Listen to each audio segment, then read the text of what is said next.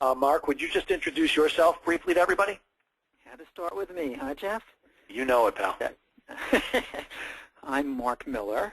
My background is a PhD psychologist, but what I've been doing for the past 5 years or so is consulting and coaching in organizations to leaders of organizations to change the culture to one that facilitates more involvement of everybody in success of the organization.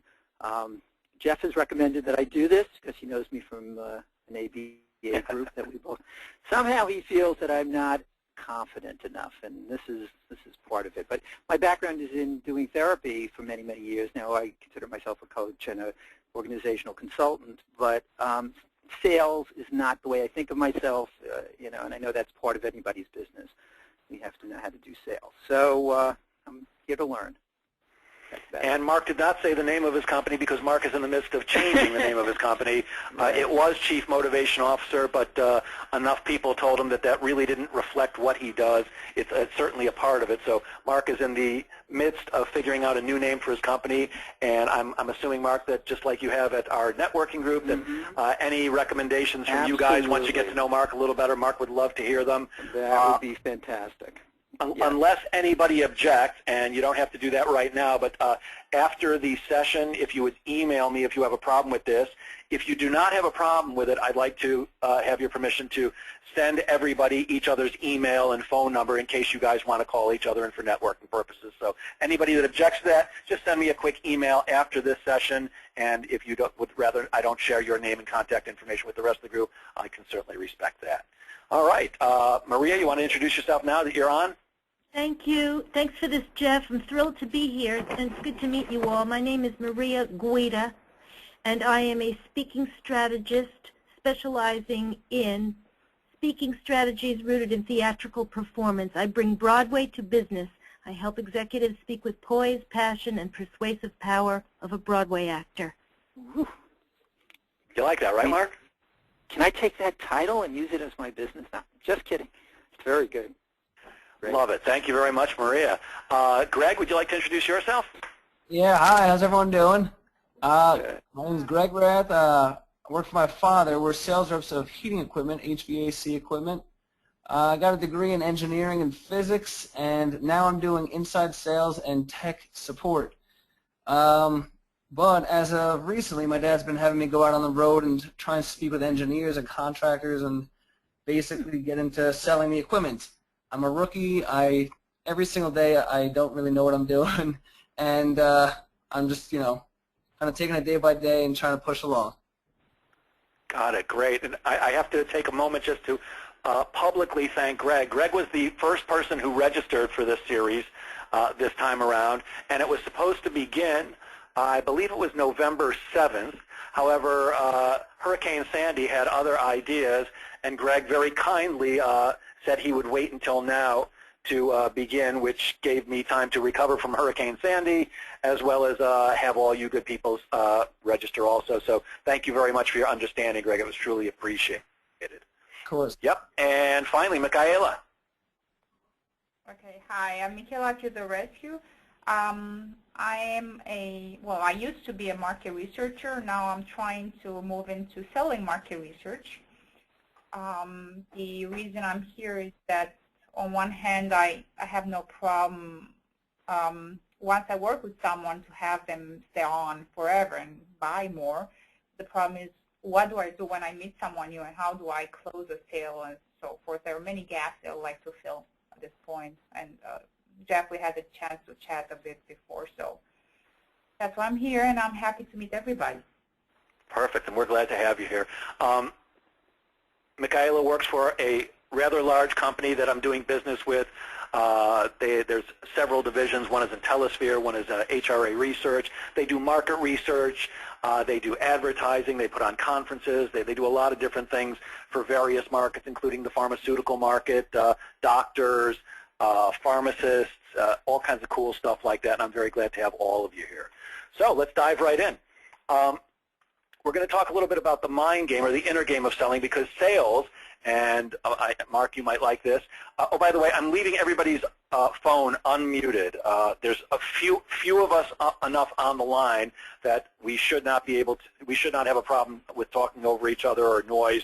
I do have a dog, and occasionally she'll bark in the background. I've closed the door to my office, so I hope it won't disturb you.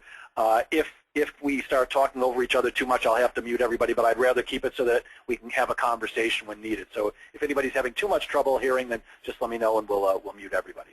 So, Mark, I started to say, I think you'll like this. I believe that sales is mostly psychology. It's understanding yourself and understanding the other person and speaking and being with them in a way that allows them to do business with you. That's very different, by the way, than most of the sales philosophies that are out there, which talk about things like sales as war, where there's a winner and a loser and your goal is to dominate. I believe that sales is simply a conversation or a series of conversations that ends up with the other person choosing to do business with you. And I believe that in those conversations there is a lot of psychology, and so that's why we're starting with the inner game of selling, and that starts with goals. Some of you may know I've written a book called How to Be Your Own Coach, which is not to take business away from any coaches like Mark that are on the or Maria that are on the line, and I'm a coach too. But I believe that quite often we don't need an external coach, and even when we have an external coach, there are certain things that are more likely to result in sales success rather than less. And the first one is that you get better results in life, and you certainly get better when you have specific goals. Now, this happens to be what I consider a perfect time of year to have this conversation, because right about now, people start thinking about goals, and people start thinking about resolutions. And my personal experience has been that resolutions are, in almost every case, pretty worthless. Not that the definition of resolution is worthless, because if you're looking at it on your screen, it says it's a formal expression of opinion or intention and a resolve or a determination. I'm a big fan of resolve, but my experience with resolutions, as most people make them at the beginning of the year, is they're great intentions, and people have great ideas, except they don't tend to last very long.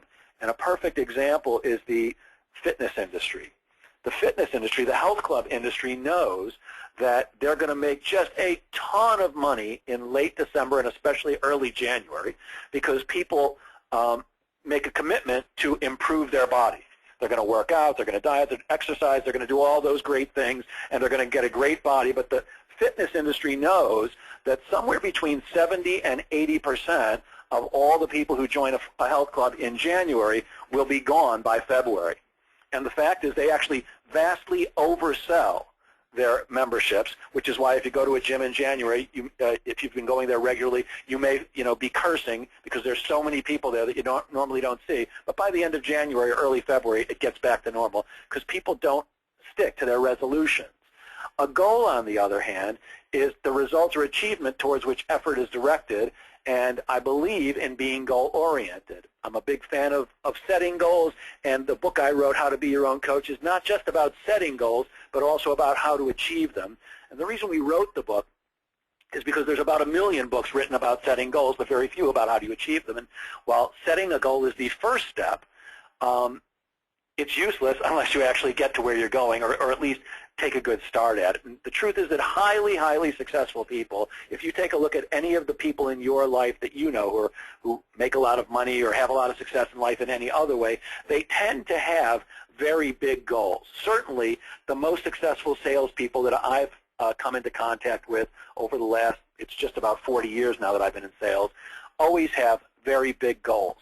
And the question I always like to ask is, what's the difference between you or me and some of the people who are great goal achievers, like Gandhi or Martin Luther King or Bill Gates, people who achieved a lot? Well, I'm going to suggest that the difference is bigger goals. Bigger goals. Having a personal computer on every desk in the country and in the world is a pretty darn big goal, as opposed to, I'm going to make $50,000 this year. And by the way, there's absolutely nothing wrong with having a goal that you're going to make $50,000 a year. It's just that successful people tend to have very big goals and very big dreams. And the truth is that what you dream about is certainly useful, but The only thing that makes a difference is what you're committed to, and we're going to call that a goal. So the first thing when you're goal setting, and I'm going to ask each, I think I shared with you briefly, maybe in an email, that there's not very much homework to do during this, but there will be some tonight. I'm going to urge you to do the homework. You don't work for me. You've actually paid me, so actually I'm working for you, so I can't tell you that you have to do anything.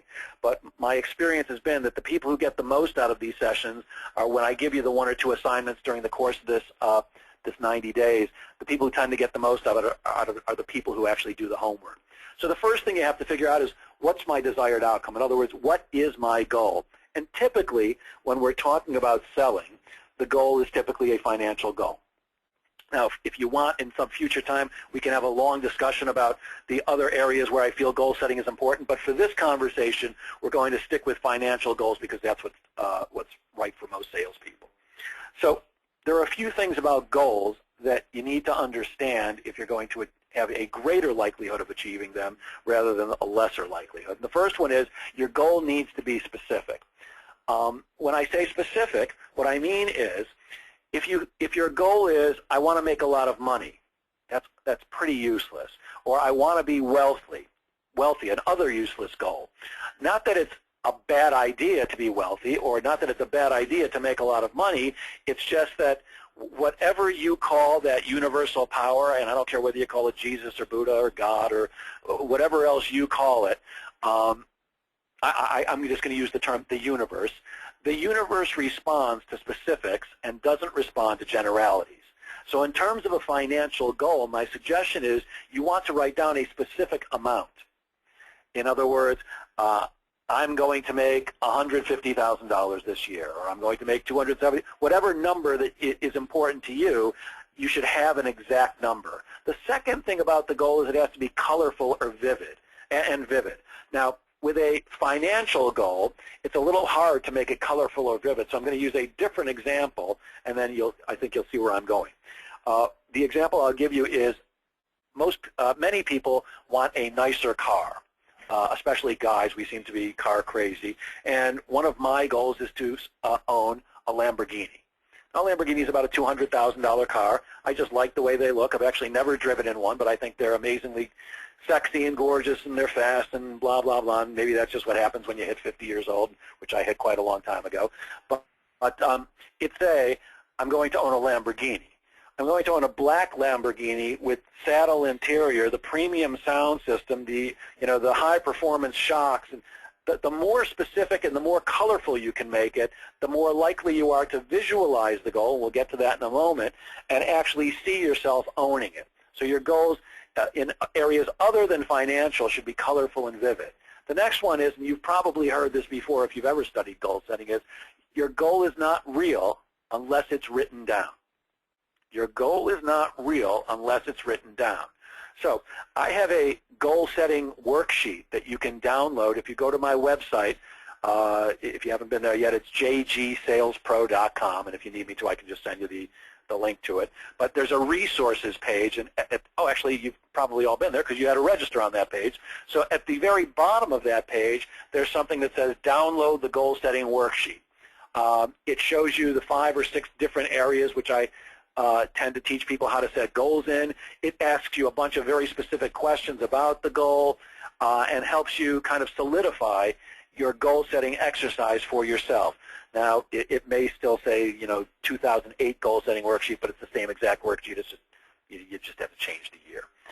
So you have to write it down somewhere. And by the way, not only do I suggest you write down your goal and answer all the questions that I suggest you do on the goal-setting worksheet, but I want you to see your goal constantly. So not only do I want you to have the worksheet written up with your goal, I would suggest you want to put your goal on a small to medium-sized piece of paper, and I'd like you to post it in your bathroom. Now, at least one of you is going, well, why the heck would I want my goal in my bathroom?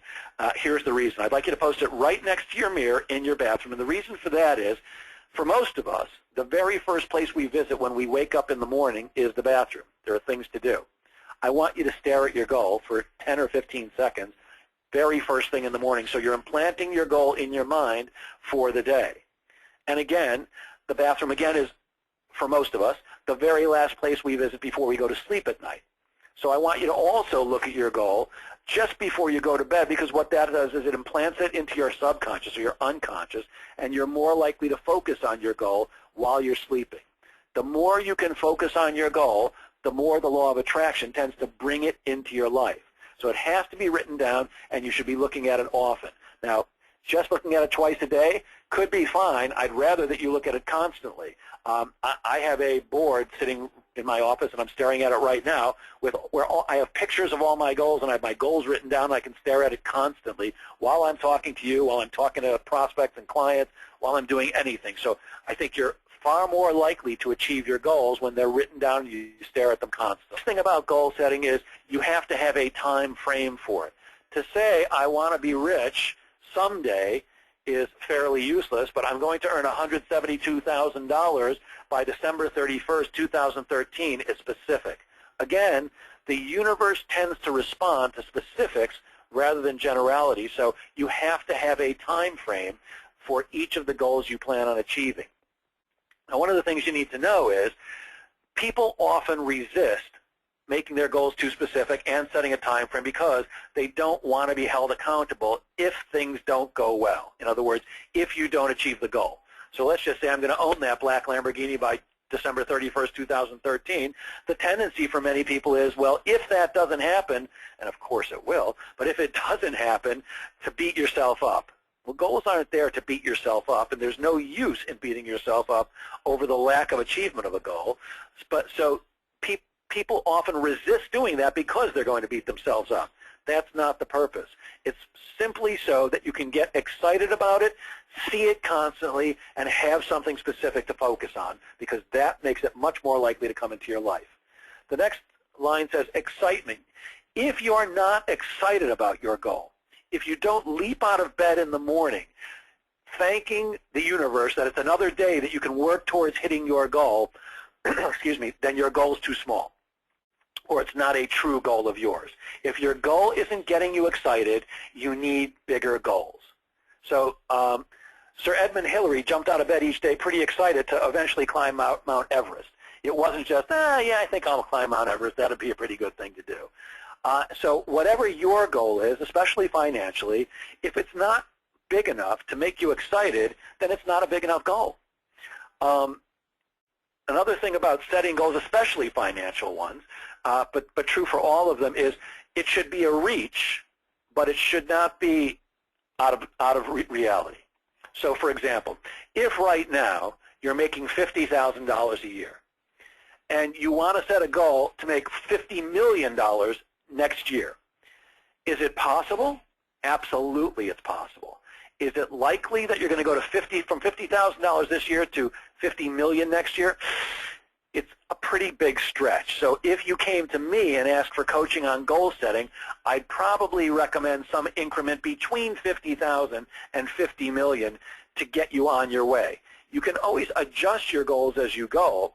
And I'm not saying you can't make $50 million next year if you've got some brilliant idea and the gumption to go after it, but it's unlikely. So whatever goals you're setting, it should be realistic, but it should be a stretch. So if your goal is to wake up each morning and brush your teeth, well, you'll win that one. It's not very exciting and it's not a stretch.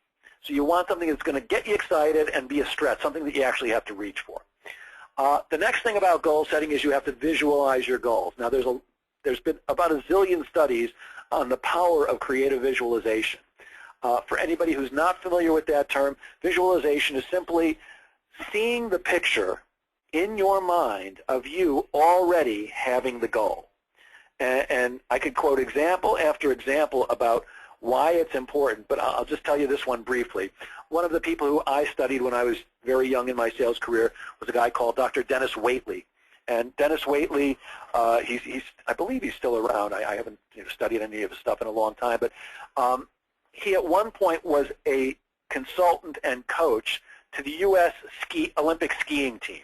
He was not a particularly a skier, and he wasn't teaching them how to ski, but what he did was he hooked up these Olympic athletes to electrodes, on their bodies, little things that measure electrical impulses. When your muscles contract and expand, they give off electrical impulses. So by hooking up measuring instruments to a person's body, they can tell how strong the muscle is contracting or expanding, when it's contracting or expanding, how often it's doing it. So he hooked up these Olympic athletes to these electrodes, and he had them ski down a mountain. I think it was 5 times. It could have been more, but let's just say it was 5. And he measured when their muscles would give off electrical charges. And of course, when you're skiing a particular mountain, if you ski it the same way each time, you're going to give off the electrical impulses at the same rate of speed, at the same time, and in the same intensity. He then took these Olympic athletes and he put them in a darkened laboratory in a comfortable chair laying down, and the instruction was, please visualize yourself going down the same ski run that you just skied 5 or whatever, 10 times or whatever it was. The amazing thing was that when they were in the laboratory, their muscles fired at the same rate of speed, in the same order, and at the same time and intensity as when they were going down the mountain. So your body and your mind can't really tell the difference between reality and what you're visualizing. When you visualize your goals, you are more likely to have them come into reality.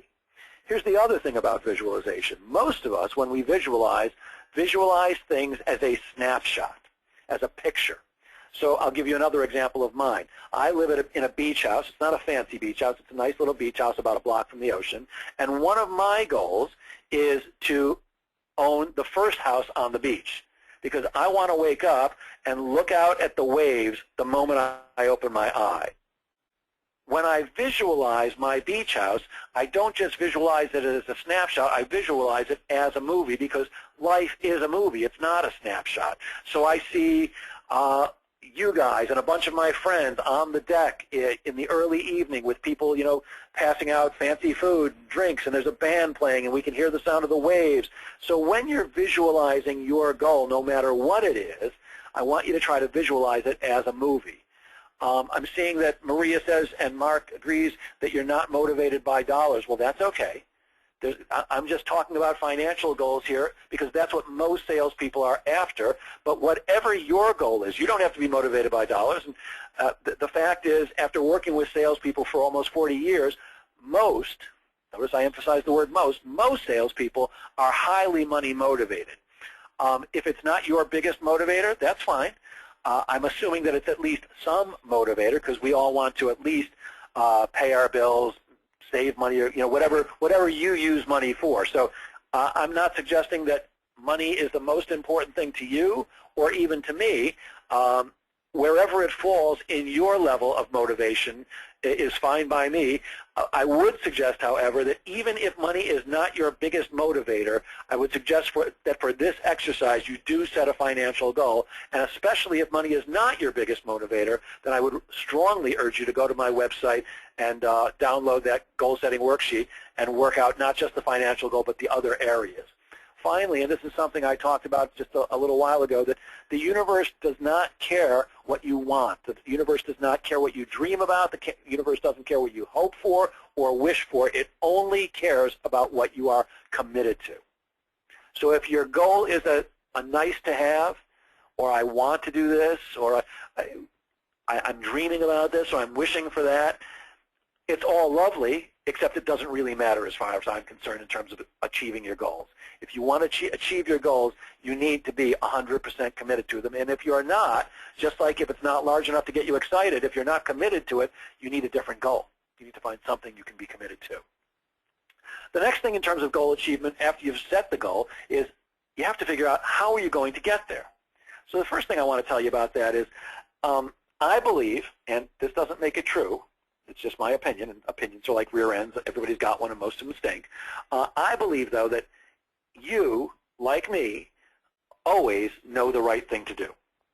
So whatever your goal is, I say you already know how to get there. The challenge is that most of us don't listen to ourselves. And I don't care whether you call it feminine intuition or gut instinct or anything else. I believe that when you ask yourself the question and actually take the time to listen to your internal voice, that you already know the answers about the things that you need to do in order to get where you want to go. Now, that's not always easy to do. It takes quieting the mind.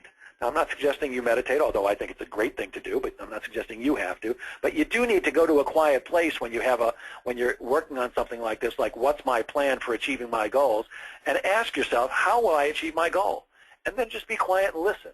And it may not come in 10 seconds, and it may not come in 20 seconds, but give yourself a little time, and I'll bet you know the answer. When you start figuring out the answers to how you're going to achieve your goal, I suggest you want to write down a business plan. Now, this is not the business plan that you would take to a bank to get a loan with, to get financing from. This is simply a spreadsheet or a list that you put on a piece of paper of what are all the steps I need to take in order to achieve my goal. And I meant to put a sample on here, and I'm sorry I didn't. I will send a sample to all of you when we get off the phone tonight. I'm just making a quick note. Send sample business plan. I'll send you a sample plan that I made up several years back when I was going to change my company into something else, and it'll give you an idea of what I'm talking about. But this is not a formal document. It's nothing you're going to show to other people necessarily. It's simply a list of all the things that you need to do in order to achieve your goal, because achieving your goal is typically not just done in one step. And the example I like to use there is typically losing weight. So if anybody's ever lost a fairly substantial amount of weight, my stepfather, before he passed away, lost over 100 pounds. Well, you don't lose 100 pounds all at once. In fact, it's very difficult to lose 100 pounds, but it's not hard to lose 5 pounds. So once you've figured out what the steps you need to take are in order to achieve your goal, you want to break them down into even smaller steps, or what I call baby steps. And you want to keep breaking them down until you've got little tiny bite-sized chunks that you can easily attack. Once you've written up your business plan and have all these steps in baby steps, now you have to put them in order. You have to prioritize them in order of importance and also date. So when am I going to do the things that I have to do? And then finally, the last thing you have to do is figure out what's the very first thing that has to happen. What has to happen next? Most people have heard, a trip of 1,000 miles starts with a single step, or whatever that actual phrase is. Well, you have to get started. You have to say when you're actually going to take action. Some of you may be familiar with the law of attraction. It was very, very popular in the general mentality a few years back. Oprah was a big believer in it, and still am. And the law of attraction simply states that everything you have in your life is there because you attracted it. Positive, negative, and anything in between.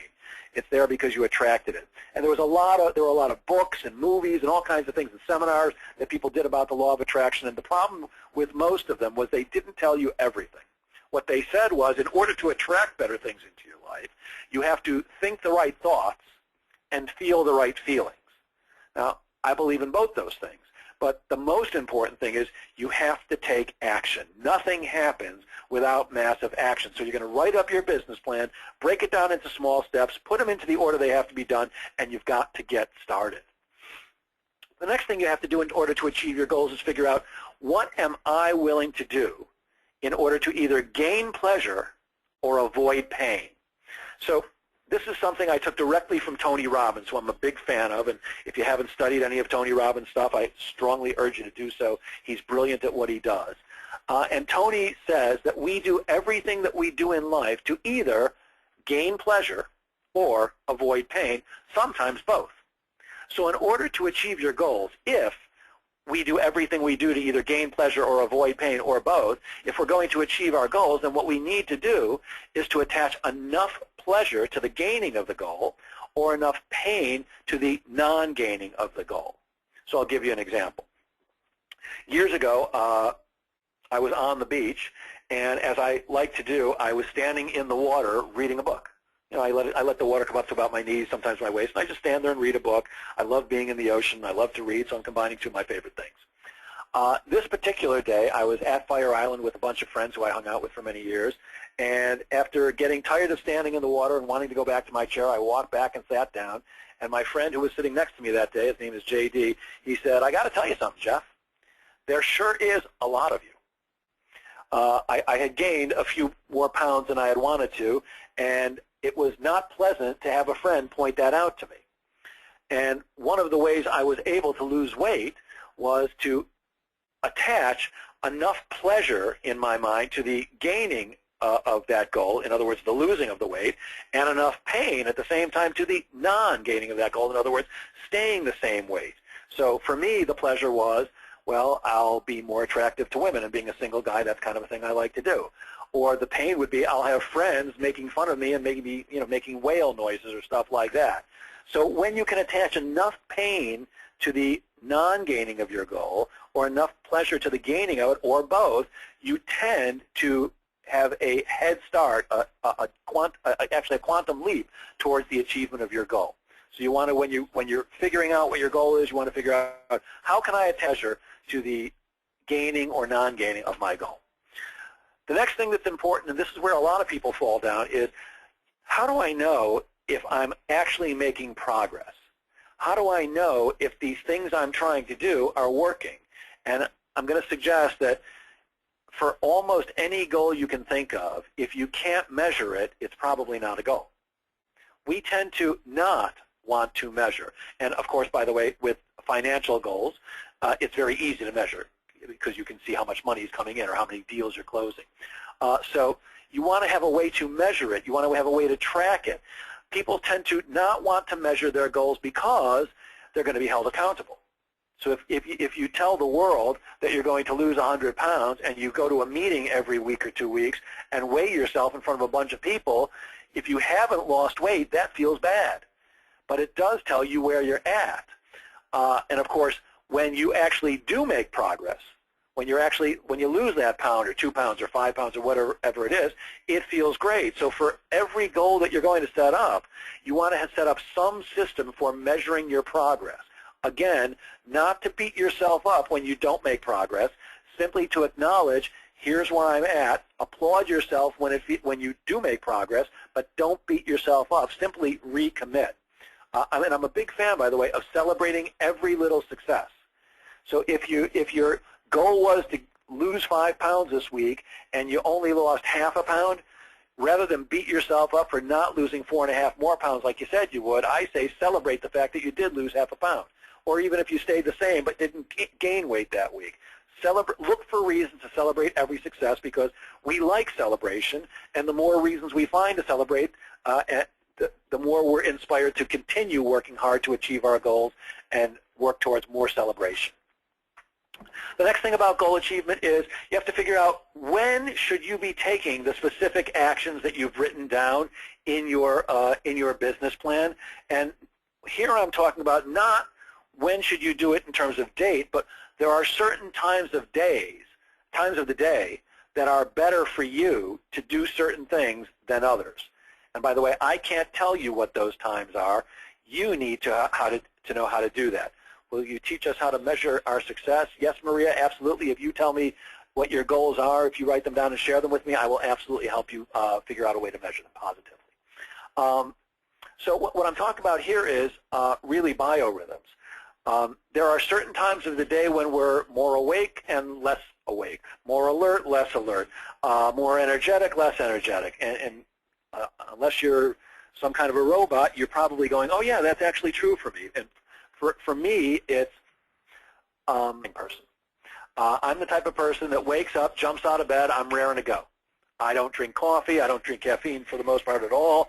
I'm just naturally wired up that way. However, about 3 o'clock in the afternoon, I'm fading, unless I'm in front of an audience. So, for example, today, as I was looking over this PowerPoint, because I knew I would be sharing it with you in a couple of hours, and I was actually going over a PowerPoint that I'm sharing with Michaelia's management team tomorrow in New Jersey, and studying that. At about 3:10, I started nodding off.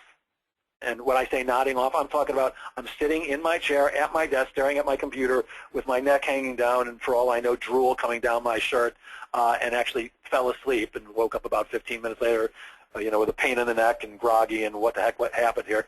That's just the way my body clock works. Great first thing in the morning, not so great mid-afternoon. Well, why is that important for me to know? Because if I'm going to be doing things that take some smarts or some energy or some enthusiasm, for me, the best thing possible is to do those first thing in the morning, stuff that's less mind-intensive and more rote, I'm better off doing later in the afternoon. And I'll give you an example there. One of the things I teach salespeople to do is how to cold call, how to make appointments over the telephone with decision makers. Now, when I do that, and I actually don't do it anymore because I have to, I do it simply because I want to make sure that the things that I'm teaching other people are still working. But when I did it religiously, I always did it the first thing in the morning. And that, for me, that's typically 7, 7:30, maybe 8 o'clock. Now, did I do it first thing in the morning because that's the best time to reach people? No. Actually, you're unlikely to reach many people at 7:30 or 8, although you can reach decision makers who are sitting at their desk before the gatekeeper comes in. But that was not the reason that I was making my calls first thing in the morning. I actually did it for a different reason. And that reason is I started my calls early in the day for two reasons. One is that's when I personally am mentally sharpest. Not necessarily that you would be. That's just I know about myself that my mind works sharpest first thing in the morning. The other reason, and this is just as an aside, the other reason is my feeling is that if you make your calls first thing in the morning, then you don't get to 4 or 5 or 6 or 7 o'clock at night and go, oh man, I meant to make some calls today, well, I'll prospect twice as much tomorrow. So it was a way for me to do what I considered to be the most important thing I could possibly do that day and get it out of the way while I was mentally sharp. So you have to take a look at yourself and figure out what's the ideal time of day for you to do each of the activities that you're going to be doing to achieve your goals. Rather than just wandering through your day, treating it all equally, because there's nobody I've ever observed that's 100% efficient all day, excited all day long. We all have these ups and downs, and it's just the way our minds and our bodies work. Speaking of that, it's important in my belief to build breaks into your day. I read a book many years ago, and I always have trouble remembering. Oh, wait a minute. The Power of Full Engagement. The Power of Full Engagement. And if anybody needs to know, I could walk to my bookcase and tell you the authors' names. But it talked about the importance of building breaks into your day. It was written by two sports psychologists, and they studied high achievers in a lot of different areas, not just sports. And they found that the people who played full out 100% of the time did not succeed as well as people who built breaks into their day. And they mentioned every 90 to 120 minutes, your mind and your body need some kind of a break. Now, that doesn't mean you take a 2-hour break every 90 to 120 minutes, but your mind needs to take, and your body needs to take a break from what you're doing every hour and a half to 2 hours for 5, 10, maybe 15 minutes. You actually become more productive by building these little breaks into your day rather than less productive, as you might think, by losing that time. And I always suggest that you want to make a game out of it. My personal philosophy is that if I'm not enjoying what I'm doing, I don't want to do it at all. Life is too darn short, so I want to be enjoying what I'm doing. And if you take a look at it and think about it, you can make just about anything a game. So I'm going to suggest that you do that. And Greg would like to know the author of that book, so I'm going to take a very quick run to my bookcase. If I can't find it quickly, I'll just have to email it to you.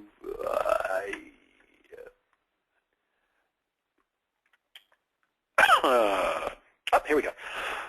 Excuse me. The Power of Full Engagement was written by Jim Loehr, L-O-E-H-R, and Tony Schwartz. Tony Schwartz and Jim Loehr. Terrific book. I read it, I don't know, probably 15, 20 years ago. Really good stuff. Okay. So the next thing about goals is you have to have accountability. Now, I told you my book was called How to Be Your Own Coach, but the fact is that left to our own devices, most of us, I'm not accusing you, but I know for me, most of us will keep our word to other people, but not to ourselves. Most of us will keep our word to other people, but not to ourselves. So for me, if I make a promise to you guys, I'll break my own arm trying to make sure that I keep my word to you. But I have no problem whatsoever breaking my word to me. I love me. I let me off the hook too easily. That's where having a coach is incredibly useful. And it doesn't have to be a coach that you pay. Most of us, it's better to have somebody that's going to hold us accountable, somebody that we make promises to and who holds us accountable to keep those promises. because if you're anything like me, and maybe you're not, you will break your word to yourself all day long, but you'll really work very hard to not break your word to somebody else. In fact, at one point, I formed a group that I called TAG, T-A-G, which stood for the Accountability Group, and it was simply myself and 4 other business people that I respect. Mark, you know a couple of them, Ellen Volpe and Mitch Tobel.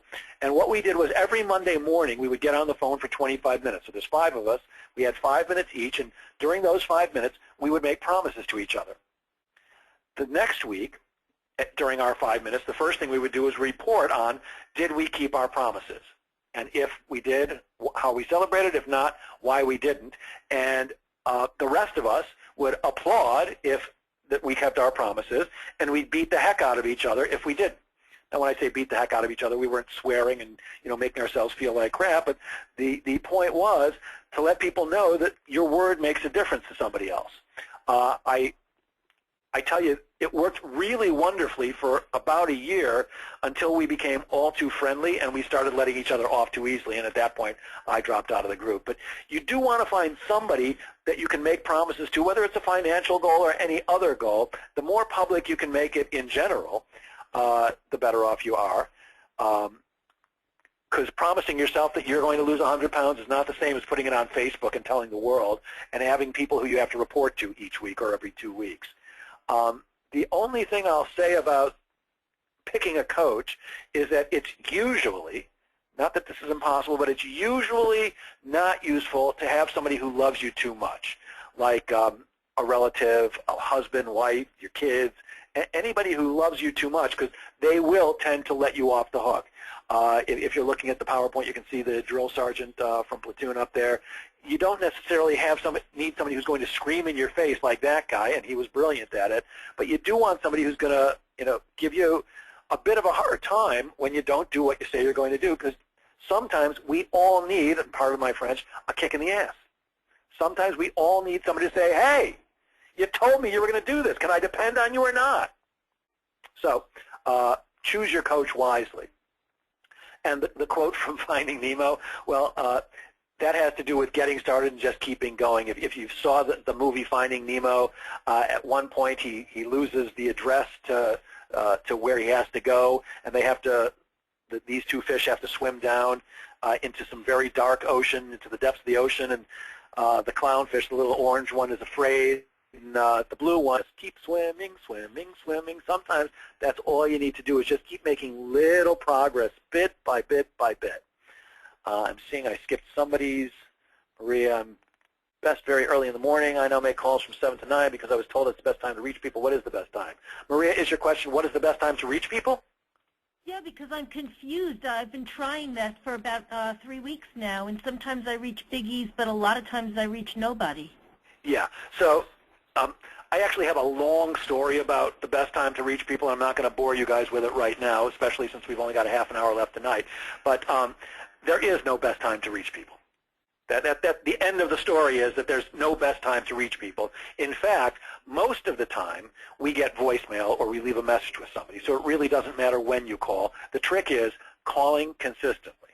Now, the reason some people will tell you that 7 to 9 a.m. is good, and I agree, by the way, especially if you're trying to reach decision makers, CEOs, company presidents, vice presidents of sales, which is my audience.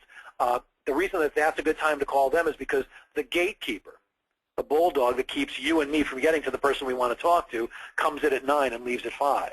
But the decision maker is often at their desk before 9 and after 5. So that's why the advice is often that that's the best time to reach people. But it's a better time to not hit a gatekeeper, but not necessarily the best time to reach people. So we'll talk more about that when we talk about prospecting in session, I believe, 6, but there really is no best time. One of the tricks is, and I always say I hate to use the word trick, but I like it, so we'll just use it. One of the tricks is calling consistently and leaving a good voicemail. And we'll talk about that when we talk about prospecting. How do you leave a voicemail that gets people to call you back more often than what you're probably doing now? Because if we're going to leave messages most of the time, then what we need to do is leave a message that actually gets people to call us back. Next thing we need to talk about this evening is planning. And in planning to achieve your goals, and this has to do with tracking, metrics absolutely rule. Now, excuse me, I can tell you that I'm a member of Mensa, but I failed geometry in high school 3 times because it didn't make sense to me. And for years and years, I said, I'm not a numbers guy. I hate numbers. And then I went to work for a guy named Steven Schiffman, who was the owner of the company I worked for before I opened up my own consulting firm, and he taught me that metrics absolutely rule in the world of selling. You have to have a way to track your activity. And in fact, when I teach sales managers, which is what I'll be doing tomorrow, about being better managers, I tell them, don't worry about the results. And of course, I say that with tongue-in-cheek. Of course, sales managers have to be concerned with results, but the fact is, when you figure out the right amount of activity for yourself, and you do that amount of activity, then it always ends up with the right results. In other words, the right amount of activity will produce the right results every single time. So on your screen, you're seeing a bunch of numbers. You're seeing a ratio of 15 to 7 and 7 to 1. Underneath that, you've got 8 to 1 and then 50 accounts. And here's what that means. Prior to opening up my own company, I worked for a company called DEI Management Group, and at the time it was run by a gentleman named Steven Schiffman, who at the time was known as America's #1 corporate sales trainer. He was known as that, by the way, because he gave himself that title. Steve Schiffman is the author of more than 40 books on selling, and by the way, he's the first person to say he's written the same book 40 times, not 40 different books. But he's the one who taught me about metrics, and the way he did it with me was when I was sitting with him on an interview, he asked me what I knew about his company, and the truth is at that point I really didn't know much, even though I had interviewed with several people. I knew it was a sales training company, and I knew kind of what I would have to be doing, but he said, what do you know about metrics? And I said, nothing. And he actually drew these numbers on a piece of paper, and here's what he showed me. He explained it after writing these numbers. He said, Jeff, every day I get on the phone, even though I'm the CEO of one of the 10 largest training companies in the universe, every day I get on the phone and I dial it. That's what that little D stands for above the 15. I dial the phone 15 times. I call 15 people I've never spoken with in my life. In other words, I make 15 cold calls. He then said, when I dial the phone 15, by the way, that's not calling one person 15 times during the day. That's 15 different people. He then said, when I dial the phone 15 times, I get through to the person I wanted to speak with 7 of those times. In other words, I get 7 completed calls. That's what the CC stands for above 7, completed calls. And what that means is you got through to the person that you actually wanted to speak with. So Steve dialed the phone 15 times a day, spoke with 7 people, and when he would speak with 7 people, he would set 1 appointment. Dial the phone 15 times a day, speak to 7 people, set 1 appointment. He then told me that he would go on 8 sales visits a week. Now that didn't make very much sense to me, because if you're dialing the phone 15 times a day, speaking to 7 people and setting 1 appointment every single day, that means to me that you go on 5 appointments a week. And I actually said, Steve, I don't understand. The math doesn't seem to work here. And he said, well, I meet with 5 new people a week, but I also go on 3 sales calls to people that I've met with before, because in my business there's almost no such thing as a 1-call close. So he's going on 5 new appointments a week, but 8 actual sales visits, the 5 new ones plus 3 people he's seeing us for a second, third, or maybe 4th time. And when he explained that, it became clearer. So the V of the 8 stands for sales visits. And Steve would go on 8 sales visits a week and close 1. Anybody not with me on that? So he would dial the phone 15 times a day, speak to 7 people, so on 8 sales visits a week, and close 1. Steve then explained to me that doing that, he would open up 50 accounts per year. One deal a week, 50 accounts per year, which meant 2 things. One is that it was going to be really difficult for me to get more than 2 weeks vacation a year, and that was absolutely true. And the other was that Steve would personally open up 50 accounts per year. And my question for people is always, why do you think Steve would open up 50 accounts per year? As the owner of this international training company, why would he open up 50 accounts per year? I'm not going to ask you right now. I'm going to actually give you the answer. And the answer is that Steve would open up 50 accounts per year because that's how many Steve needed to open personally, besides what guys like me would open for him in order for him to hit his financial goal. 15 dials a day got him 7 conversations, 1 appointment, 8 appointments a week, got him 1 sale, 50 accounts per year, helped him achieve his goal. Now, we just talked a lot about goals and goal setting and goal achievement. But on this sheet, the page that you're looking at right now, the goal, the 50 accounts, is the least important number. The most important number on this piece of paper or this PowerPoint presentation is the 15, the number of dials that Steve would make each day. In other words, Steve, my ex-boss, by tracking his numbers accurately over time, figured out that if he makes 15 dials every single day, 5 days a week, 50 weeks a year, that at the end of the year, he would wind up with 50 accounts and achieve his goal. So the question has to become, what type of activity do you need to do each day in order for you to achieve your goals? And we'll only figure that out by tracking it accurately over time. See, the thing is, when you know your metrics, there are 5 ways for you to make more money. So let's just say these were your numbers. And I'm sure they're none of your numbers. They're not my numbers either. They're just the numbers that belong to my ex-boss. But let's say you also made 15 dials a day and spoke to 7 people and set 1 appointment, went on 8 visits a week and closed 1 and opened up 50 accounts per year. Well, there's 5 ways for you to make more money based on knowing your numbers, or more importantly, knowing your ratios. Most people say sales is a numbers game. It's actually a ratios game. So the first way to make more money is to make more dials. That's where that D in the up arrow, dials up, make more dials. So if you're making 15 dials a day now and you start making 30 dials a day, will you make more money? Well, the answer to that is absolutely yes, because if you double the amount of dials, you'll approximately double the amount of contacts, double the amount of appointments, double the amount of sales visits, and double the amount of sales, roughly. The second way is to change your dials to completed calls ratio. Here, the dials to completed calls ratio is 15 to 7. Dials to completed calls. You would dial 15 times and speak to 7 people, 7 completed calls ratio.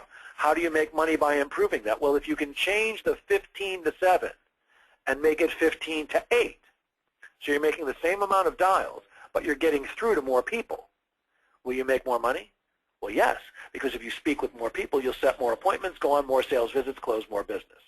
And typically, when people hear this, they go, well, that's a neat trick, Jeff, but how do you get more people to pick up the phone?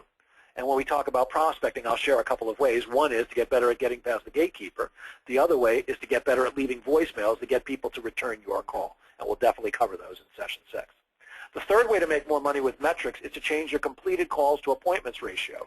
And on this page, the completed calls to appointments ratio is 7 to 1. By the way, that's actually a terrible ratio. Now, this is the guy who wrote the 6th best-selling business book on Amazon of all time, called Cold Calling Techniques That Really Work. This is the guy who first taught me how to really cold call effectively. And he only gets 1 person out of 7 to agree to an appointment. I get 1 out of 2. In other words, 50% of the time when I get you on the phone, you're going to agree to an appointment. But it's just his ratio. How could he make more money? Get better once you get people on the phone at getting them to say yes. In other words, change a 7 to 1, make it 7 to 2. Now, the interesting thing to me about changing that 7 to 1 to a 7 to 2, Steve, my ex-boss, did this 5 days a week. So this is a daily number. He'd speak to 7 people, set 1 appointment. So let's say he makes it 7 to 2, but not every day, just once a week. So instead of changing that to 7 to 2 for every day, just once a week he gets 1 more appointment than he was before. Will he make more money? The answer to that is a resounding yes. Because if you just get 1 more appointment per week than you're getting right now, just 1 measly more appointment, that's 50 more appointments a year, 48 if you take 4 weeks vacation. Well, I don't care how badly you stink at selling. With 48 or 50 more appointments a year, you're going to make more money. So you can change your completed calls to appointments ratio and make more money. You can also change your visits to close ratio. On this page, it's the 8 to 1. You can either make it 7 to 1, close people quicker, or make it 8 to 2, close more people in the same amount of visits. Either way is fine. My preference is always to close people quicker because we have a finite amount of time to sell. So whatever else we're going to be doing during the week, and as business owners or as employees, we have lots of different things we do, not just selling. So we have to maximize the amount of time that we spend selling and make it more effective. And one of the ways I believe you can do that is by shortening your sales cycle as much as possible. We'll definitely talk about how to do that when we talk about pipeline management. Shortening your sales cycle allows you to put more people into the process. So if there's, let's just say, 40 hours a week that you could actually be selling, I mean, really the amount of time that you get, 9 to 5, maybe 8 to 6, I mean, it's unlikely that any of us are out selling at midnight. So there's somewhere in the neighborhood of 40 hours a week, maybe a little bit more, that we can actually be selling. Well, if I can only sell for 40 hours a week, that means I can only see a certain amount of people. But if I can close you quicker, I can put more people into the process. So one of the ways to make more money with metrics is to change your visits to close ratio. And the final way is to change the dollar sign. In other words, change the amount that you close. Not necessarily the number of closes, but you can charge more. That'll make you more money. You can upsell. You can cross-sell. There's all kinds of things you can do with your dollar sign, with your closed sales, to help you make more money. So there's 5 ways to make more money with metrics, but if you are not tracking your metrics and keeping track of it accurately, then you're kind of like driving to California without a map or without using GPS. So any of us who have a car and a driver's license and a credit card can drive from New York to California. We all know that you have to get in your car and drive west. And eventually, if you keep driving west, you'll hit the other ocean. And then if you drive north or south, up and down the coast, eventually you'll find California. You may end up in Washington and have to drive down, or you may end up in Mexico and have to drive north, but eventually you will get to California or wherever you're actually looking for. However, it's much quicker if you use a map or GPS. Metrics are your GPS for making money in sales. And it's important that you do determine the right amount of activity for you. We're starting to run out of time, so we can talk more about this one next time, but it's actually fairly easy once you start tracking your metrics to figure out what that 15 is for you. Remember we said that 15 was the most important number here because Steve, by tracking his numbers, figured out 15 was the right amount of dials for him in order to get 50 accounts. Well, it's the same thing for you. We have to figure out what is the actual goal or quota, what's your average dollar volume per sale, what's the number of meetings that you need to go on to close that dollar volume. In other words, what's your closing ratio? Here, Steve's is 8 to 1. Hopefully yours is somewhat better. How many appointments do you have to set to go to that many meetings? How many conversations does it take to set that many appointments? And finally, the bottom line is what's the number of dials that you need, or what's the number of social media that you need to use, how much Facebook time, how much LinkedIn, whatever you're using to have that many conversations or have set that many appointments, what's the right number or the right amount of time to do that? And Maria's asking, with 40 hours in the work week to sell, I can't tell how many hours I should spend on dialing the phone. No, you can't until you start tracking what you're doing now, Maria. You have to track what you're doing now and what that's resulting in. So whatever you're doing now, however, I'm just going to make up numbers. Right now you're making 10 calls a week and it's resulting in 3 appointments. And 3 appointments, well, if you need to make 2 sales in a week, then we know you need to double the amount of dials and double the amount of conversations in order to close that many sales. But you're not going to know the right amount until you start tracking it accurately. And I'm happy to help that with you once you start tracking your numbers. Just share them with me, and I'll help you work backwards to figure out what is the right amount of activity for you. By the way, it's not the right amount of activity because I say it's the right amount of activity. It's the right amount of activity that's going to drive you to your goal, whatever your goal is. Did that make sense, Maria? Yes, thank you so much. I need this so much. Yeah, good. I'm glad. Okay, planning. You have to plan several things. First of all, if you're going to prospect, where are your leads going to come from? So if you're going to pick up the phone and dial it and cold call, if you're going to use social media, I don't care what you're going to do, at some point if you want to set appointments with people, you need some type of leads. So you have to figure out where are my leads going to come from. They don't just come magically. So if you're using LinkedIn or if you're using Twitter or if you're using Facebook, if you're cold calling, where are you going to get the list? There's a lot of ways to do that. You have to plan that out. We can talk more about how to do that if anybody wants to. What activities am I going to participate in? Am I going to use social media, and how much am I going to do that each day? If I'm going to cold call, how much time am I going to do that, or am I going to use a specific number of calls each day? And not only where am I going to get the leads from, what activities will I do, but when will I do it? When am I actually going to fit it in? One of the things I talk about when I'm talking to salespeople about being productive is using a calendar. And these days, almost everyone uses some type of calendar. When I started out, not everybody used a calendar, but these days just about everybody has. It's on their phone, it's on their iPad, it's on their iPod, it's in their computer, wherever it is, they're using some type of a calendar. But when I ask them to show me when they're going to be prospecting, when is prospecting time marked down on your calendar, it's almost never that a single salesperson can show me when they're going to prospect. They can show me when their appointments are that they have to go on. They can show me when they have to go to the doctor or the dentist, but they can rarely show me when they're going to actually prospect. And that's not the only thing. I suggest you need to calendarize everything. Everything should go on your calendar that's important. There are 4 things in sales that are absolutely crucial that have to go on your calendar, but I suggest everything, including what time you're going to wake up, when you're going to exercise, when you're going to meditate, all the things that you're going to do, whatever it is that you do, with your day, it should all be on your calendar. And by the way, the 4 things that should go on your calendar for sure as a salesperson are, 1, your appointments, because you have to have time that you're going to go on your appointments. 2 is the supporting time around your appointments. So before you go on an appointment, and we'll talk more about this during the sessions, when am I going to do my pre-meeting planning?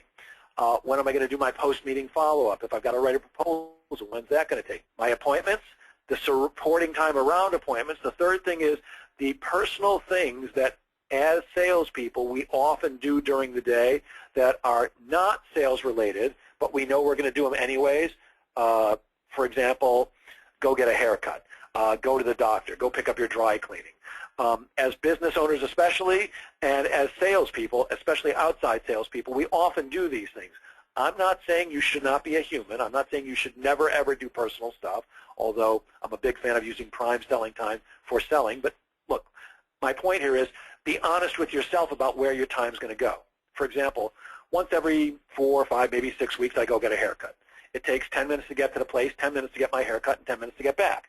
Well, if I don't put that on my calendar, that's 30 minutes I believe that I have during the day to use for selling. So it's important for you to be honest with yourself about where your time is going to go. And then the 4th thing that has to be on a salesperson's calendar is prospecting time. You absolutely have to schedule that, and I say you have to schedule it each day, and then stick with it. The key to consistently closing business is consistently prospecting. In fact, it solves at least 50% of every sales problem, and we'll talk more about that when we talk about prospecting. There's a difference between being busy and being productive in sales. So it's incredibly easy to be busy, but busy doesn't make you productive. So it's easy to be busy without being productive. It's almost impossible to be productive without being busy. And I suggest that in sales, there are 4 things that could make you productive in any given day. I say you're productive if, A, you set a first meeting with somebody, so you made an appointment to meet with somebody to talk about what you sell. 2, you actually had a first meeting. 3, you moved something forward on your pipeline, so you're working with somebody and you move them further along the sales process. And 4, close business. If you did one of those 4 things as a salesperson, you were productive today. If you didn't do any one of those 4 things, none of them, you probably weren't productive, you were busy. And of course, you also have to plan how are you going to be held accountable, who are you going to talk to in sales. Often your sales manager is a person that will hold you accountable, or maybe you get your outside coach to keep you accountable. Wow, look at that. We got it. So that's the last slide for tonight. Now, normally what I'd like to do is spend about an hour on the training portion and about 30 minutes on the coaching portion. We only have about, well, actually, we have a little more time because we got started late, so I'm happy to go to about 10 or 15 after if we need to. So my question for you guys is, first, are there any questions on anything we've covered so far today, or anything else that you'd like to know about what we'll be doing over the next 90 days? And secondly, are there any selling situations that you're currently involved in that you'd like some coaching on? In other words, Jeff, I'm working on this and I don't know what to do next, or I'm thinking of doing this. Do you think that's the right thing? Are there any questions from anybody on anything we've covered so far today?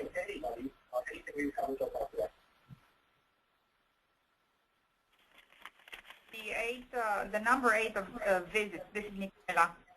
You said it's 5 plus 3. That comes back from previously set up appointments, as well as new from other weeks. I'm sorry, Michaela, there's a big echo. Can you tell me again what you just said? I don't understand where the 5 plus comes from. Where the what comes from? 5 plus 3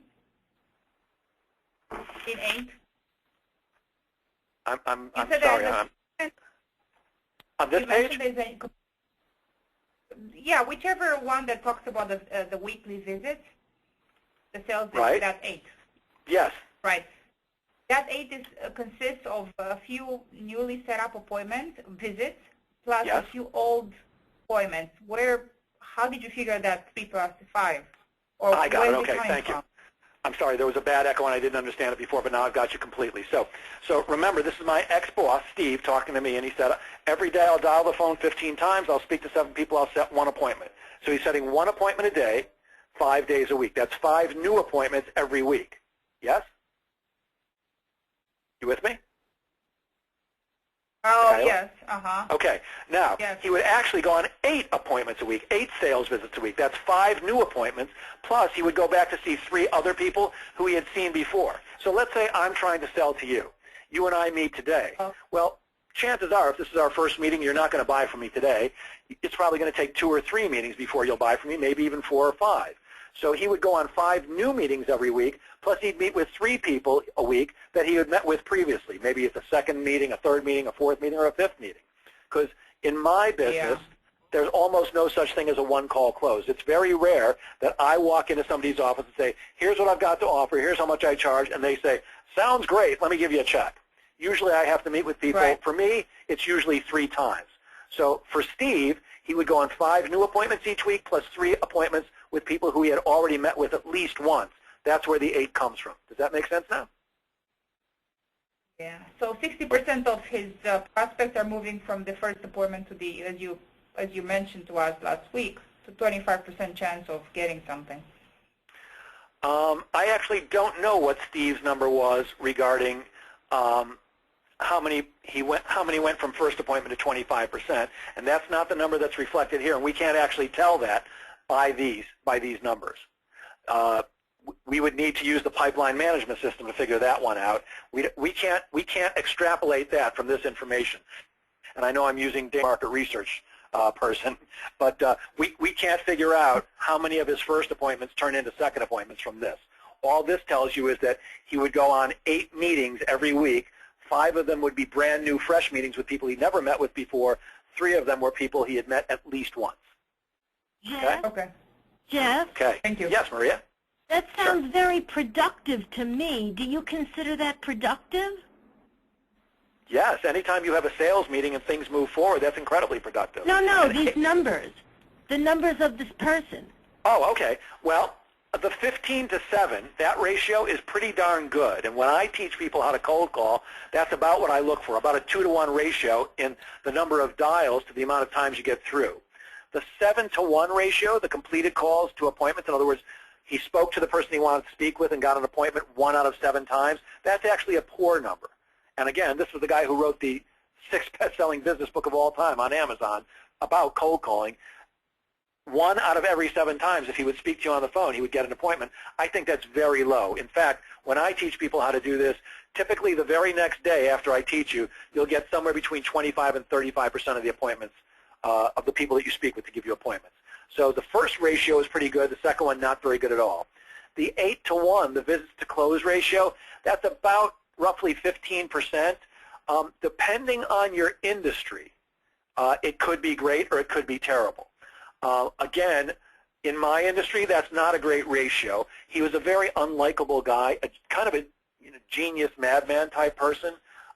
Came up with a lot of great stuff, but he was unlikable, and he would lose a lot of deals because people just didn't like him. My closing rate is more like 4 out of 10. I close about 43% of the people I meet with. So that's not to say that 4 out of 10 is a great ratio and 1 out of 8 is a terrible ratio, but I'm not thrilled with that one in my industry. It really is industry specific. And the truth is, it almost doesn't matter what the industry it does. It's only, to me, it only matters what are you doing and how do we improve it. So if your ratio is currently, I'm just making it up, if you close 1 out of every 8 people you first meet with, then my goal is to get it to 2 out of 8, and eventually 3 out of 8 if we can. I'm less concerned, thank you, Mark, I'm less concerned with how are you doing compared to other people, and I'm more concerned with how are you doing compared to yourself and how do we help you improve. Does that make sense? Did that make sense to you, Maria? Oh, yeah, yes, absolutely, absolutely. They're very Great. Any other questions on anything we've covered today? No? Jeff, I have a question. The thing about the leads and the activities and using link, that's going to be covered like in later weeks? Yes, that'll probably be session 6 when we talk about prospecting. I'll talk. I'm sorry. Go ahead. Well, I was just saying, you know, I was taken by what you were saying about the use of time because I'm extraordinarily busy and extremely unproductive. And, you know, I make a lot of calls, but, you know, my ratios are not good, and so I'm obviously doing a lot of things wrong.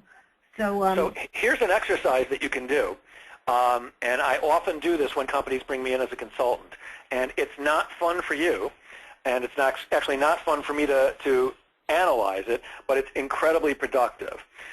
Take a legal pad or something you can take notes on, and just keep it with you for a minimum of 3 days. My preference would be a month, but at least 3 days. And during those 3 days, mark down everything you do and the amount of time it takes to do it.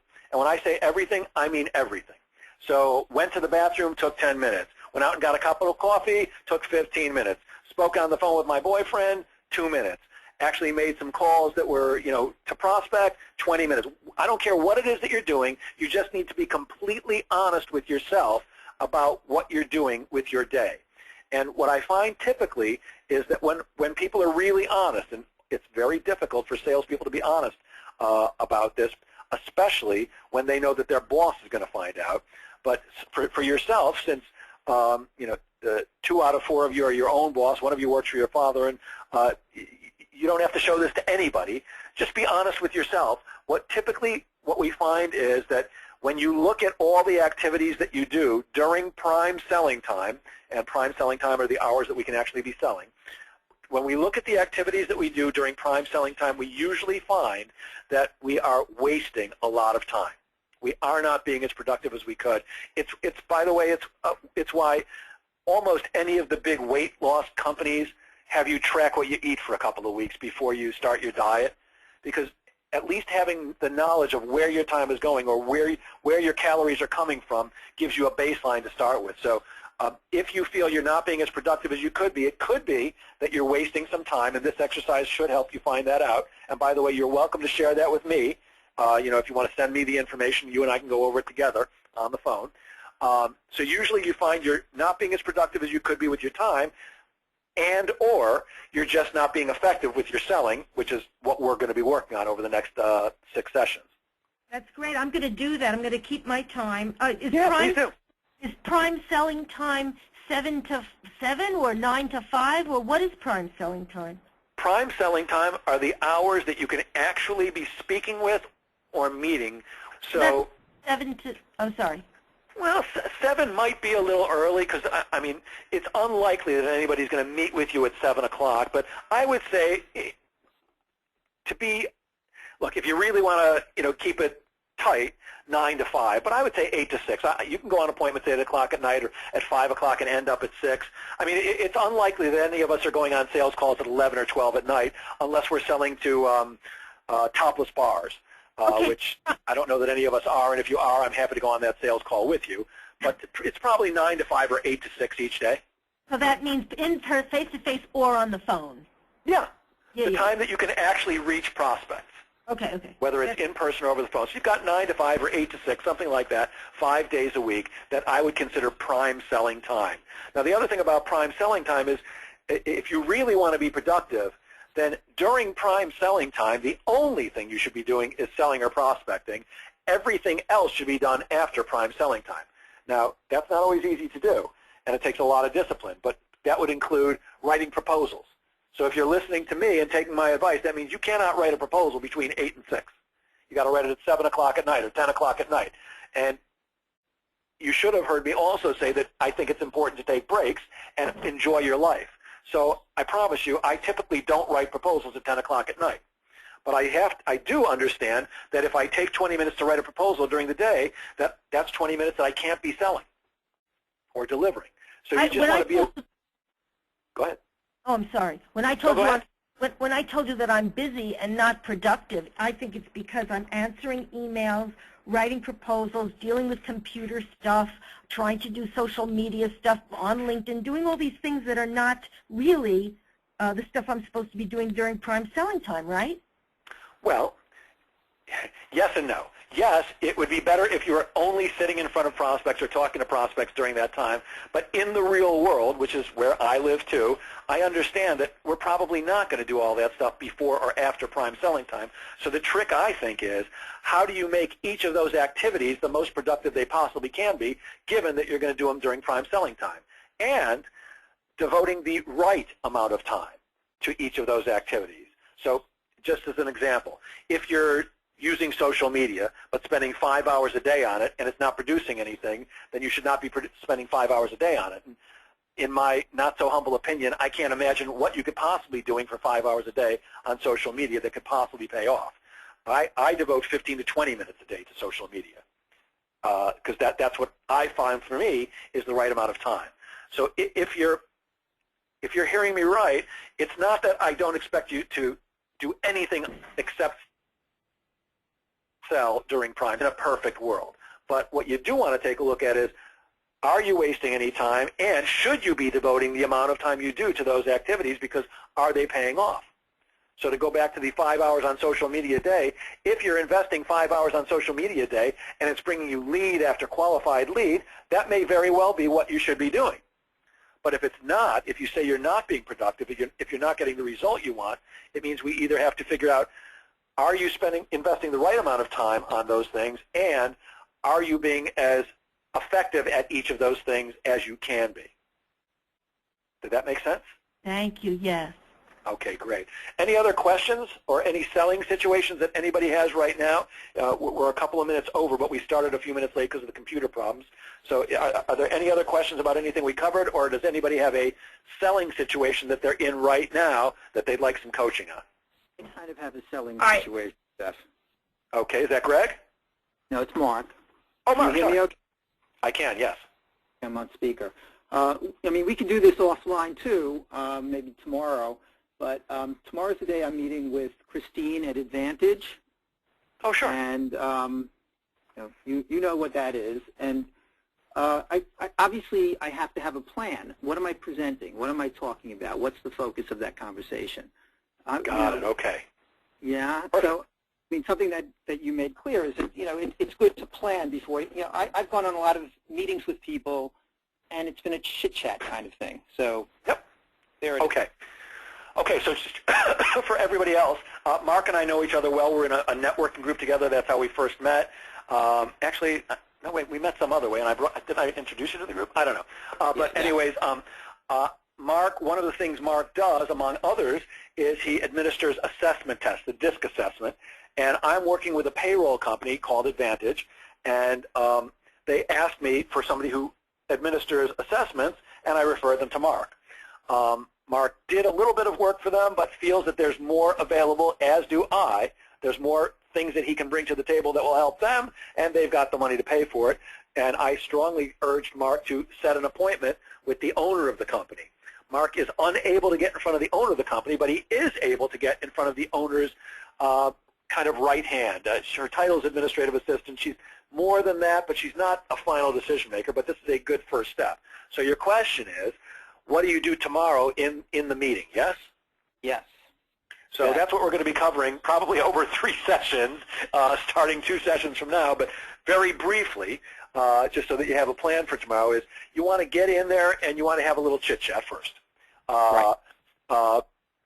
People, even though they'll tell you they want to get right down to business and give you've got, the truth is people do business with people that they like and people that they trust. You have to have a little bit of chit-chat first. So I have a specific question that I like to ask to get the conversation going. I don't care how you do it, but you have to have some kind of conversation that's not strictly business. So it might be, so how long have you been here? How do you like working with Rob? Rob is the owner of the company, for those of you who don't know. How do you like working with Rob? Jeff, oh, here's a perfect one for you. Jeff mentioned that you just had a baby. How's the baby? Yeah, great. Now, usually you don't have inside information like that when you go on a sales call, but I happen to know this woman for years, and I know she's only back at Advantage about a month now because she just had her first child. So there's a perfect opener for you. Hey, Jeff mentioned that you had a baby. How's it going? How do you like being a mom? You know, kind of stuff like that. The next thing you have to do is start asking questions. And the questions that you're going to want to ask, and that's why I call this conversational selling skills, because you want to make it sound very conversational, and I can't devote the time needed to teach you how to do that right now, but you want to ask questions that help you to understand what they're doing now regarding what you have to sell them. Mm-hmm. Questions that help you to understand what they're doing now regarding what you have to sell them. So in this particular case, and I don't know everything you have to offer them, let's just talk about assessing salespeople before hire. What you want to do is ask questions about, well, how do you hire people now? How do you assess the people that you meet for sales positions before you make a decision? How have you done that in the past? Have you used any tools in the past? Do you go with your gut instinct? You want to find out what makes sense to them, and what makes sense to them is whatever they're doing now. So you want to ask questions like that. Once you know what they're doing now, you're then in a position to say, okay, well, here's what you're doing now, and here's how what I have to offer you makes better sense to you. Here's how it's going to help you do it better. And that's when you present what you have to offer. Well, I use the DISC tool, and it does this and that. The other thing, how did it work out when we administered it to the last two people, or the last person, however many you administered it? And did you make a hiring decision based on that? How did that work out so far? So it's that type of question and that type of conversation that's going to help you share with them how you can help them. The other thing, and I can only spend a second on this now, and it's a longer conversation which we'll cover at greater length later on, is the difference between features and benefits. The features are what the thing is, and the benefits are what the thing does. People buy what things do. So you have to talk about, well, I administer the DISC test, and it takes 20 minutes, and what that means is it's going to take this amount of time, but it's going to get you this information, which results in a better hire. That's the benefit. Again, we're going to talk more about this later on, and I don't want to take up either your time tonight or give you too much of a preview, but that's what you know. Here's what we have to offer you, and here's how it's going to help you. And then the final thing is you have to ask them to move forward. Can we have another meeting, or can I get in front of Rob, or will you buy, whatever's appropriate at that time? Does that kind of give you an outline for? Very much so. Thank you. Okay. And I'll be accountable to you. Cool. And what time is your meeting tomorrow? 2 o'clock in Freeport. Okay. I have a 9 o'clock and an 11 o'clock. If you want to call me, like, oh no, I won't be back. Shoot. Oh no, I'm sorry. Tomorrow. No, tomorrow I'm tied up all day. I'm in Jersey all day. I can't. Sorry, I can't even chat with you. No, if you want to talk to me later tonight, you're welcome to call, or early in the morning. We'll see how it goes. Okay. Fair enough. Any other questions for anybody, or any other selling situations that you're working on right now? I have a selling situation. It's Maria. Cool. Let's hear yours, Maria, and then we'll finish off the night. 3 o'clock tomorrow, I have a meeting with somebody who already saw my proposal. It's one of my biggest clients.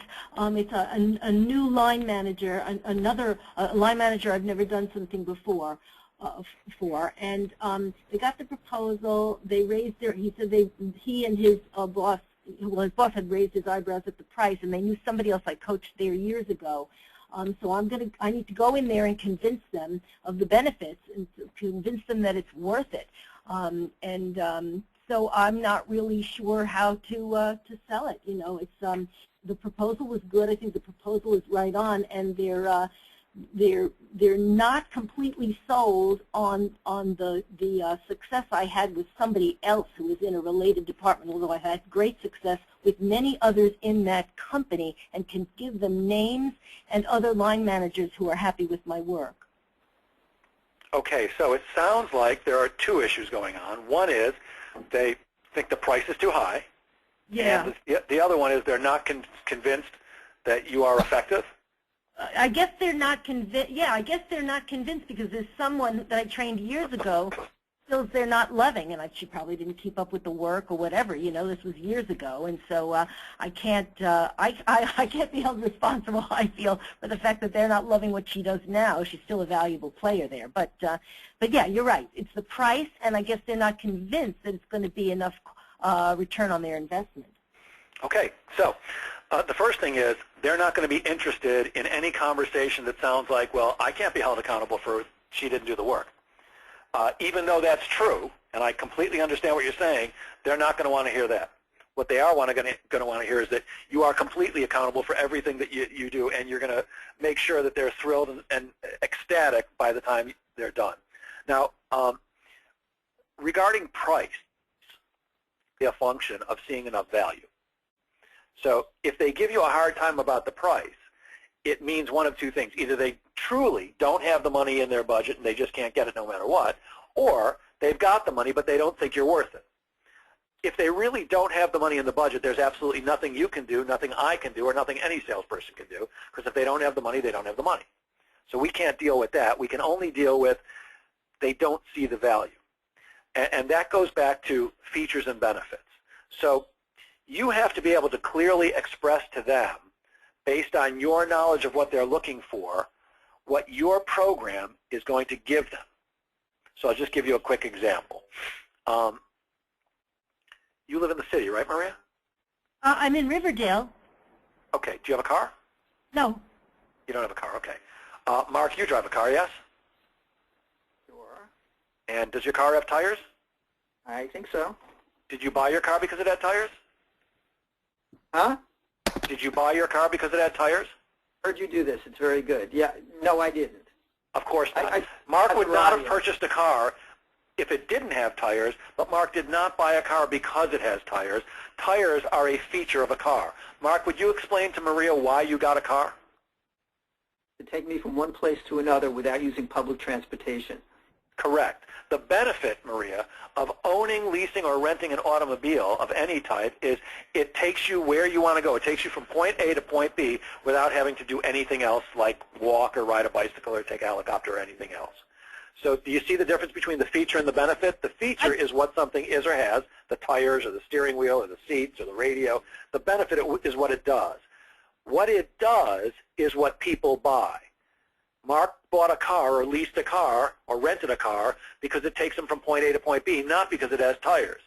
Your prospect will turn into a client not because you convince them of anything, but because they come to the conclusion that the benefit of doing business with you outweighs the pain of giving you the money.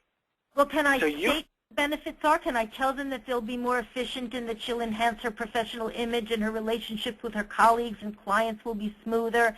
And, you know, can I say that kind of stuff? Not only can you, you would be crazy not to. Okay. And that's where most salespeople fall short. They talk about all the features. It's got a radio, it's got tires, it's got a roof, it's got airbags, it's got this. Who cares? Of course all that stuff's important, but what's really important is what do those things do for me? And that's the way you figure out what the benefit is of what you have to offer, whether it's HVAC equipment, sales training, or anything else. It's when you can finish the sentence, and here's what that means to you, that's the benefit. Everything that comes after the, and here's what that means going to do for you, and here's how that's going to help you, that's the benefit. That's what they need to hear. So I'm going to teach you how to be a better professional speaker based on Broadway theatrics, and what that's going to do for you is it's going to make you a more polished executive, probably get you a promotion, make you more convincing when you're in front of your team. I don't know what the benefits are of what you offer. I'm just making those up off the top of my head. But that's absolutely what you have to point out, because when people hear the benefits, the dollar signs become less and less and less important. That's great. And so if they don't have the money, Jeff, is it possible to find out whether or not they actually have the money, or is that a moot? Should we just drop that question because my job is to go in there and sell the benefits? Well, in your they already have your proposal, yes? Oh, yeah. Do they have pricing information in there? Oh, yeah. They've got the money.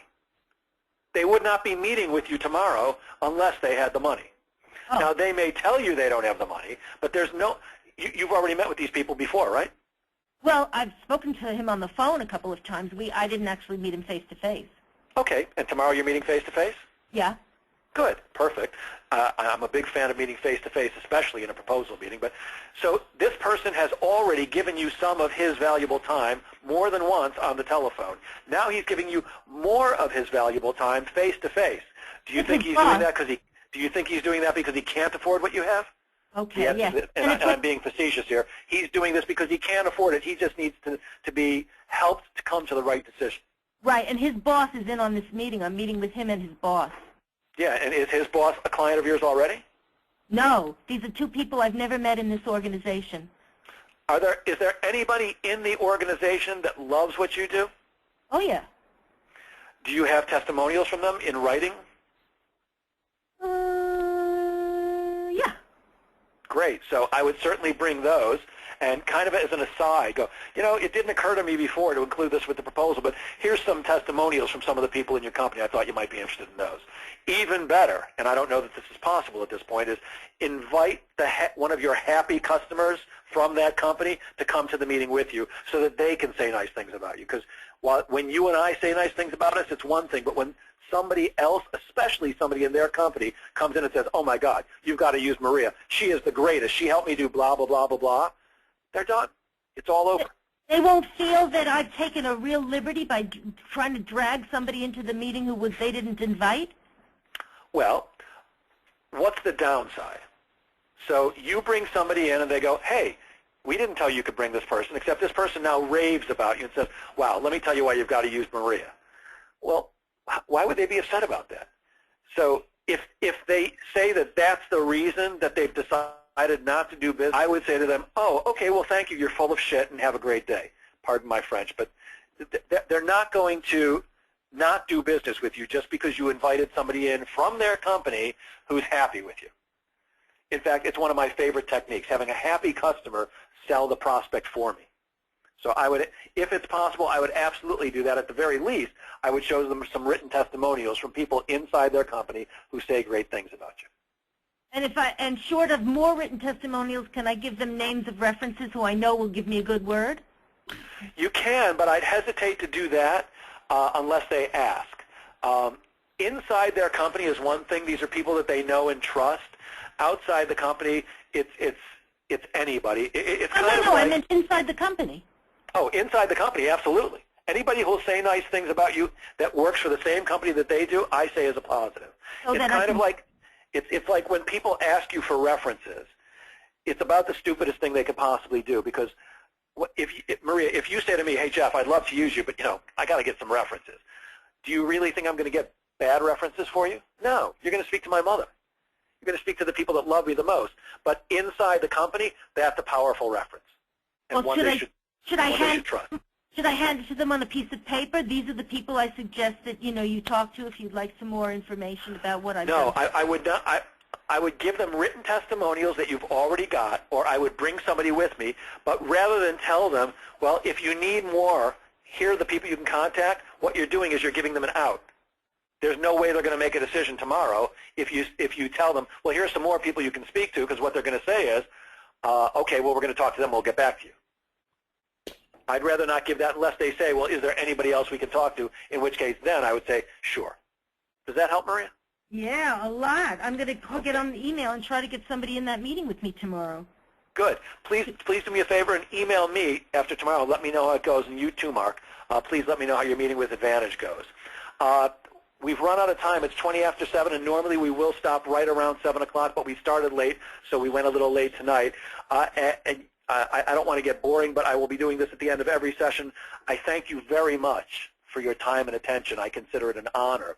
Please remember that during the next 2 weeks before our next session, I'm available to you via email or via phone. If you have something that I can help you with, please don't hesitate to call. Please do pick up the phone or send me an email.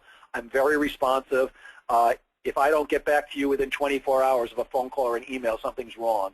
It may be just to say, I'm sorry, I'm out of the country, and I'll get back to you in a couple of days, but you will get a response from me, especially you four, who are working with me this closely over the next 90 days. It is my pleasure to be of service to you.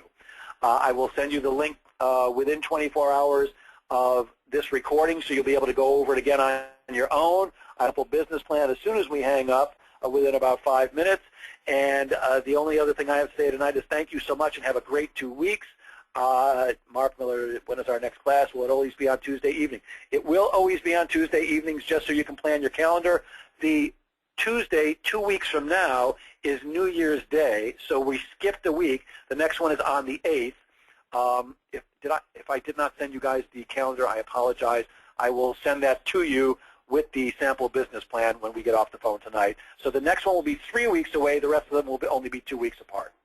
And with that, I bid you all a great night. Have a wonderful evening, a great 2 weeks, and wonderful holidays. And if you need me, please do reach out. I'm here to help you. Have a great night, everyone. Thank you, Jeff. It was great. It was terrific. You too. My pleasure. Thank you. Bye, all. Bye. Bye.